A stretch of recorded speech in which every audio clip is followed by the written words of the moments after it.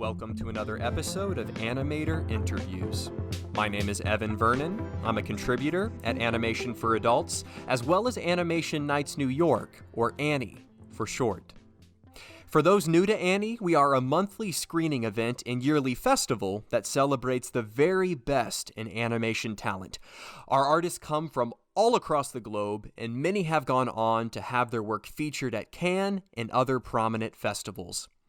Our next screening is scheduled for this Sunday, February 21st, and will take place on the ANNY website.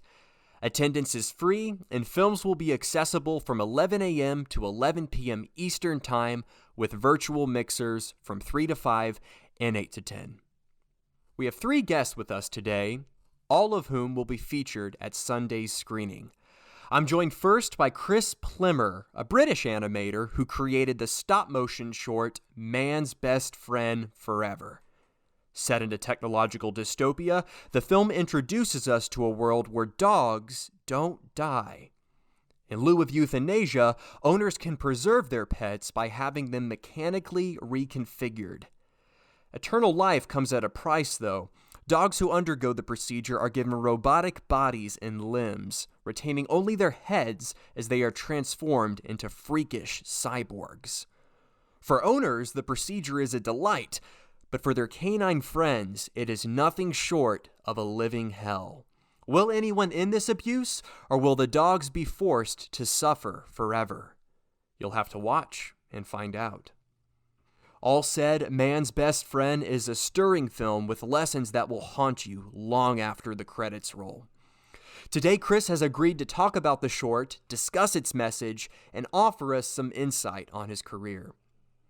Chris, thanks again for being here.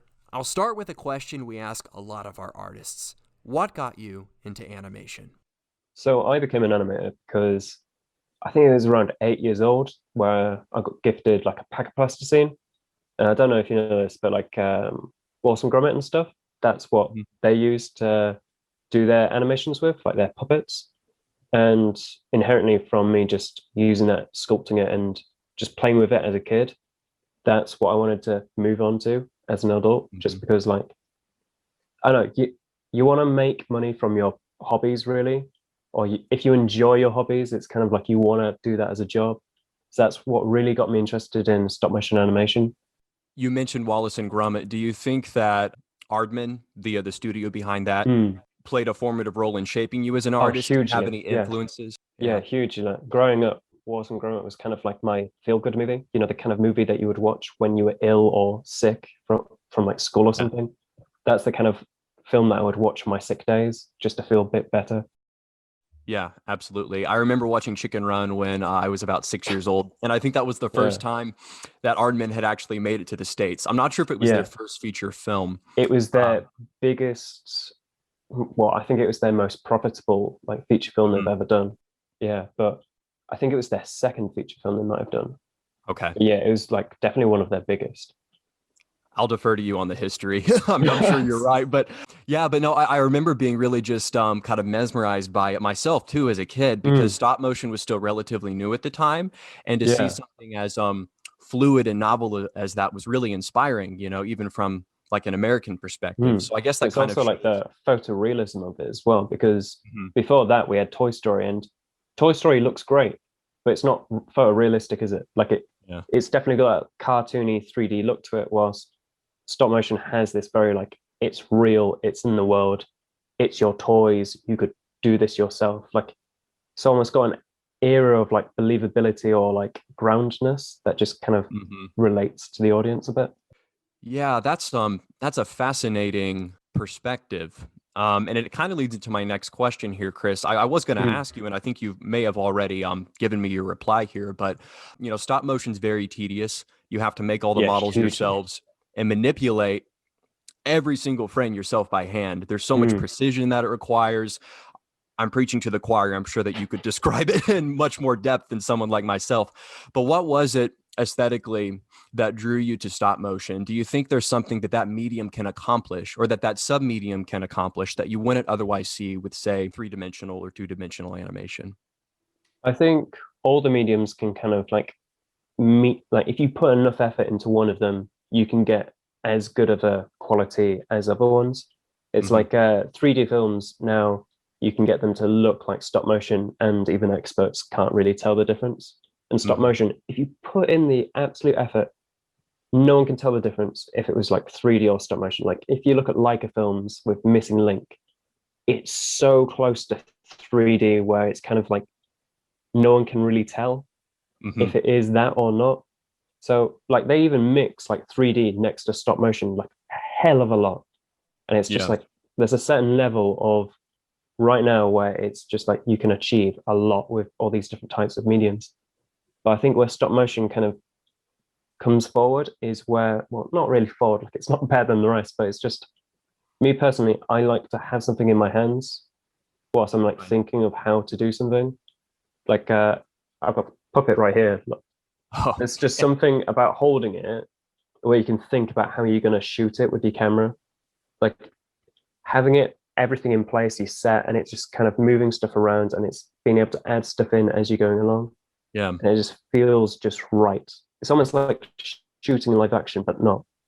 But it's, I really like it just for that methodical level of just looking through the camera, like when everything's just physically in front of you and just working out what you need to do. Yeah. Yeah. It's so easy as the spectator, again, looking from, the outside in to take animation for granted because you've seen the final product, but you rarely consider the process. And what I'm hearing, Chris, is that for you as the artist, there's something very intimate about manipulating the molds yourselves and designing them yourselves. Do you think that makes the storytelling just feel more, I guess, involved, more close to your heart when you're making these films? I think it depends on the materials. If there's a material which you can definitely see, like let's say it's plasticine on the face and you can see all the fingerprints moving and stuff. Yeah. That is definitely where you can see the craftsmanship, and like you may only think it for like a split second, but you kind of recognize that as like that's hard work. Or let's say you recognize a character that's got felt skin, or it's all made out of wool or hair, and you just kind of recognize that it is like, yes, someone has made this, someone has put in all that effort, and it just kind of resonate a bit. That's some fascinating insight, and I really appreciate you sharing that with us, Chris. I'd like to go ahead and talk a bit about the film. So this is a really poignant story. It's only 2 minutes long, but says far more in the span of 2 minutes than many films say in an hour.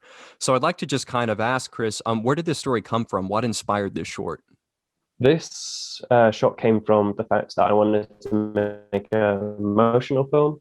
I know that sounds a bit dumb, but my third year film, because I did 2 student films, my third year film was about people swapping their faces, and it was just a 1 minute 15 story from point A to point B. There's no emotions, and it was just generally just through the motions.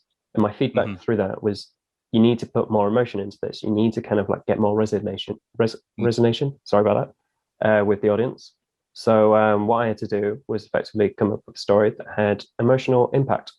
So that's what I did. And it didn't really come together for a long time. And it was going to be about 7 minutes long originally. It was going to have all these different scenes with the dog kind of struggling, kind of really hitting home that this dog struggles.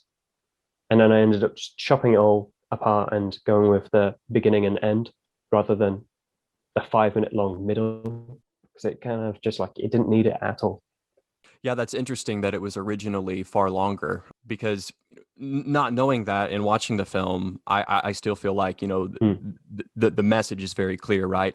Well, I had to build everything in a month or 2 and then animate it with a month or 2 as well. So it was kind of like time restrictions really did not allow what I wanted. I thought I could get the 7 minutes done, and then looking back at it, I suddenly realized like, no, like this is not doable. I need to chop it all down. But that may have been a blessing in disguise. I mean, you could disagree. I haven't seen the other 5 minutes, but sometimes concision is better.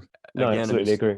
Yeah. I was going to ask you, the storytelling is so intimate, Chris, and maybe I'm being presumptive, but I feel like when artists tell stuff that has this kind of emotional impact, they're usually attached in some capacity to the story itself. You have a dog at some point who, if you don't mind me asking, maybe suffered in some way and you were trying to convey that story through this animation, or was this purely invented?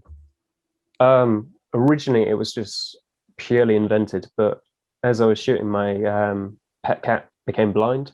So it did kind of get some impact from that, where it was kind of like seeing an animal struggle to live, and it was kind of like coming up with, I didn't really think about it at the time, but thinking about it now, it does kind of like hammer home a bit that I was thinking about that little cat compared to this plasticine dog. Yeah. The film seems to deal very heavily with this idea of attachment and a very possessive and selfish sort of love. It's Yeah. clear that the owner that you focus on in this story loves his dog and is just kind of blind to the fact, at least until the end, that by prolonging his pet's life, he is being selfish. The dog seems to, kind of want to be let go and be at peace with himself. Do you, not to put words in your mouth, but do you think that you were trying to convey a message in that vein? Yeah, absolutely. Like it was very much of, this is cruel. This is like, I understand there are certain levels of, I want my pet animal to live longer. Like, let's say your cat's got an injured leg or your dog has an injured leg. Like, that's fair enough because that's not really going to impact them much. But if you get into the point of where you're inflicting pain onto your animal to just extend its life for you personally, like, it's a bit shady, to say the least. Like, it is a bit like selfish, and it isn't in their best interest, is it? Yeah, and that really leaves the viewer with something to think about, right? At what point do you cross that threshold? At what point are you preserving life, and at what point are you prolonging suffering? You feel like the answer would be cut and dry. We may not have Well, we do exactly the same with like human beings. Like, yeah. We've got pacemakers, but what happens when that person's dying in hospital and their heart keeps restarting over and over, and they end up in a permanent, well, not permanent, but like a, let's say, 2 week long limbo of being on the edge of death but not being able to pass. Like, it's that kind of situation. Absolutely. And ultimately, we're just kind of left to ask ourselves, is this humane? At what point? Yeah, exactly. Like, yeah, definitely. Like, quite often, I think there's a saying where people say, where you wouldn't let your pet suffer it when at hospitals and stuff, like, yeah, prolonging life. And I know that's getting a bit towards risque, like euthanasia, but yeah, no. And you don't have to talk about that if you don't feel comfortable, Chris, but I do believe that the message of this film is multidimensional. It can be applied to a variety of contexts. It's not so narrow that it's just a story about a pet. There's a very human element to it, right? And that's what makes art so interesting, because you can examine it from multiple angles. I love the film. If I might say so myself. I thought it was very powerful and very moving, and really hope that people who experience it continue to follow you and see what else you produce. Oh, thank you. You're welcome. I did want to ask you, Chris, you've already started developing a bit of a catalog for yourself, but you're a very young artist. Where do you see yourself in the future? 10, 20 years from now, ideally, where would you like to end up in the industry? When I was at uni, I had this kind of like unrealistic expectation that I was gonna be like directing like feature films. However, I know that now to be a bit too high, a bit too lofty expectations. So honestly, I'd be happy making short films, or I'd be happy working on like a kid series, making animation or designing some kind of character for a show or something like that. Like, I just want to work in the industry. That's all my goals are right now, where it's kind of like just keeping it low enough where it's reasonable and not aiming too high. Do you think that apart from doing the physical animation, you'd be interested in set building or anything? Absolutely. Like, my main passion is either puppet building or directing or writing a story. Me personally, I hate animating. For me, that it's not rewarding enough to spend 8 hours a day or even 12 hours a day just to get 7 seconds of animation done. Like, it's just too grueling, and it's just too repetitive. But maybe being part of a studio or a team environment where you can collaborate and contribute to the production pipeline in a different capacity would be rewarding. That's kind of what I'm hearing. No, it's just agreeing with you. Like, that's absolutely what I want to be, like, just part of the pipeline where it's just having some kind of involvement in the process, but maybe not animating just because I don't enjoy it anymore. Yeah. I think I speak for everyone when I say that your work matters. You have an incredible voice as an artist, and we really look forward to seeing what you do, be it in storyboarding or set design or puppet design, or maybe even animation if you change your mind. But I think there's a bright future ahead of you here, Chris. I've got two questions left for you here. You talked about continuing to make short films. Do you have any other projects in development right now? Yeah, I have this quite weird short film that I'm making right now. Like I've got the other puppet next to me where it's like this. Oh, yeah. And this will be like a needle felt character head with real clothing with a little miniature cactus. And the whole story is going to be around this old couple who I think the husband dies and becomes reincarnated as a cactus. And it's this kind of turmoil of them kind of like coming to terms of, well, how are we a married couple when you're a cactus? Interesting. It's weird. Like it's not going to be that long. Like I think it's going to be about 4 minutes long, no dialogue. And it is just kind of like, it's not going to be like, you know, with Man's Best Friend, where it kind of shows the before and after. This one's just going to be, starts off at the funeral, he's died, and then somehow he gets reincarnated. And then it's just kind of coming to terms. And once she realizes that she still loves him, that's when it ends, because it's just kind of like, yeah, I want to have a bittersweet ending where it's just like, yeah, they're in love, instead of having to kill a dog. Well, that sounds very interesting, and we look forward to seeing it when it's released. It sounds like body horror might be kind of like an overarching trope in your work. I'm not sure if you'd agree with that or not, Chris. But well, it's just animation. Like if you're gonna animate something, you might as well make it interesting and go a bit out there. Like otherwise, I might as well do live action. Yeah, no, absolutely. And I think that shows kind of the dynamic power of animation as an artistic medium, right? That being said, not every animator takes those sort of risks. You don't always see shape-shifting take place in these different narratives. And I think that says a lot about your creativity too, that you're willing to kind of explore these like different possibilities that may or may not become reality in some sort of, distant future, like the idea of a cybernetic dog. Who knows? I thought you were going to go down the route of being reincarnated as a cactus then, and I was about to say something.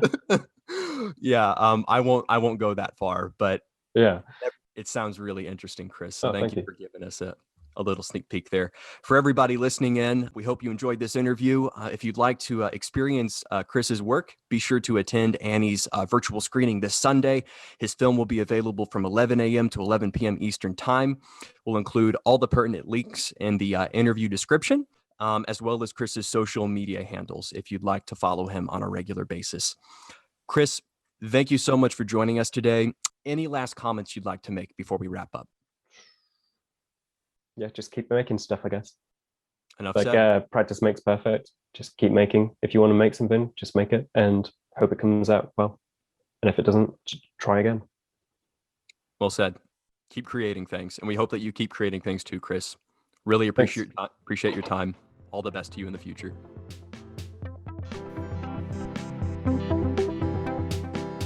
If you're still tuning in, thank you so much for listening. We hope you liked our chat with Chris and will join us in celebrating his work. We're going to shift gears now and focus on something more child-friendly. Julie Rembauville and Nicolas Levrin are with me now. Their animated short, Small Spark, is a playful film about a mouse who just wants to read. When the candle illuminating his book goes out, he must go on a perilous quest to find a match, scaling kitchen walls and confronting hungry house cats along the way. Whimsical and imaginative, Small Spark is perfect for families and accounts for just one of Julie and Nicolas' many tales. The French duo have become somewhat of a powerhouse through the years, authoring several books and creating over 30 animated shorts in their time together. Today, they've agreed to chat about Small Spark and tell us a bit about their partnership. Julie, Nicolas, thanks for being here. We want to discuss the film, but before we dive in, give us a little history. How did you two meet, and how did you end up directing films together? We met with Nicolas 20 years ago in high school. And after high school, he studied arts, applied arts in an art school. And I studied literature and cinema. And so the place to make something together was animation. So we began to make some shorts in stop motion first. with puppet first, then in stop motion, then in cutouts, and then after we made 2D animation. And while Nicolas studied arts, he began to publish some books for children, illustrated, some comics. And some comics. So we made adaptations of the films in books or the books in films. And the first films that were normally produced, was a comic from Nicolas called Croac, and it was shorts, episodes in one page, and we made films in three minutes. No, that's amazing. It's really interesting to see two artists collaborate to create something special. Why did you decide to focus on children's entertainment specifically? We don't decide to write to children. We make some stories for everyone, and when it's for everyone, it's for children too. Thanks for sharing, Nicolas. Appreciate that. Julie, did you want to add anything to that? No, it's what he said. We never really think to children when we write a story. So that's why maybe there is many levels of comprehension of the story or of the world, because as a child you have one level of understanding of the world, and when you grow up you understand more things, and so we like to have two levels in the films. Yeah. Sometimes the best stories have that intergenerational appeal, and it's probably not fair, now that I think about it, to box something in. I'm 26 and I liked the film. So yeah. So thank you for sharing that, Julie and Nicolas. I'd like to go ahead and talk about Small Spark. Tell us a little bit about the story for this short. Very cute. Where did this idea come from? How was the story conceived? So we made many shorts since 20 years, and because we have an association, and we how do you say, alternate? Is it the same word in English? Yeah. We made something with the association with no budget, and films with a producer and some finances and TV channel and things normal. But we make many, between all those big projects, we make shorts project that we can do together. And Small Spark is one of these. And with this association, we organize the things that we name Kino. Do you know Kino? Like a 48-hour project. You have 48 hours to make a film in live action. And for us, as we organize it with many directors of animation, we say no 48 hours, but 1 week. Yeah. Because we need time. Yeah. And so Small Spark was made during a kino. And this kino was taking place in my great-grandmother's house in west of France. And so there is nobody living here for now, but there are still the furnitures and her books. She was a big reader. And so the idea came from this place, and to look to this place in another point of view. And Et la maison, elle est restée dans les années 50.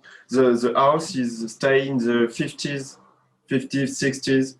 It's a background. Just take a picture and it's a background. Yes, the house is like a perfect background. Yeah, and it's really interesting that you chose to pair those animated characters with the background, the live action photographs. It felt very immersive, like the characters had stepped out of a storybook almost and entered the real world. That really made the viewing experience, I think, very magical. So yeah, thank you so much, Julie and Nicolas, for sharing that. Animated shorts can entertain us. They can also teach us. Do You feel like the story, this mouse, looking for a match, had some sort of lesson or theme to it? I think maybe the message is make your life be like an epic story. Adventurous, right? Yes. Yeah, yeah, absolutely. And that's what stories allow us to do, is go on adventures. And I kind of felt that, putting myself in the mouse's shoes, that I was also going on that adventure. I've just got a couple more questions for you too. Small Spark is going to be screening this weekend. You have a big catalog of films behind you already. Are you working on any other films right now? Yes, we are working on a new project and a longer project, the 45 minutes film, and it will be a musical with songs and dance. And it's a kind of modern Christmas tale that takes place in the suburbs. In French suburbs, it's where workers are living. And so it's an old Santa who's very tired, and he will meet a pizza delivery boy, and they will become friends. And Santa is going to try the delivery boy scooter, and he broke his leg. So the young man is going to bring the gift all over in the city. That sounds very exciting. No, look forward to seeing that. Do you anticipate screening that in the United States, possibly, or just in France when you're finished? This is for a French TV channel. In first time, but after it will be on cinemas in France when they will be open, because they are closed since 100 days. And it's very long. And the project is all arrive very fast. We write the project there's 1 year. We don't think about la commercialisation dans les autres pays, tu vois. Yes, and we did not yet thought about other countries. But because we have to do. It's a very very spoken film. There are many dialogues, and the songs are in French. So for the moment, it's a French project, but maybe. Yeah, I'd imagine dubbing might be a little difficult, especially if you're taking music. But who knows, even if a film is very culturally specific, if the story's compelling enough, it can find a global audience. So I really hope that we do get a chance to see it. So Julie, Nicolas, want to thank you so much for your time. I've got one last question I'd like to ask you.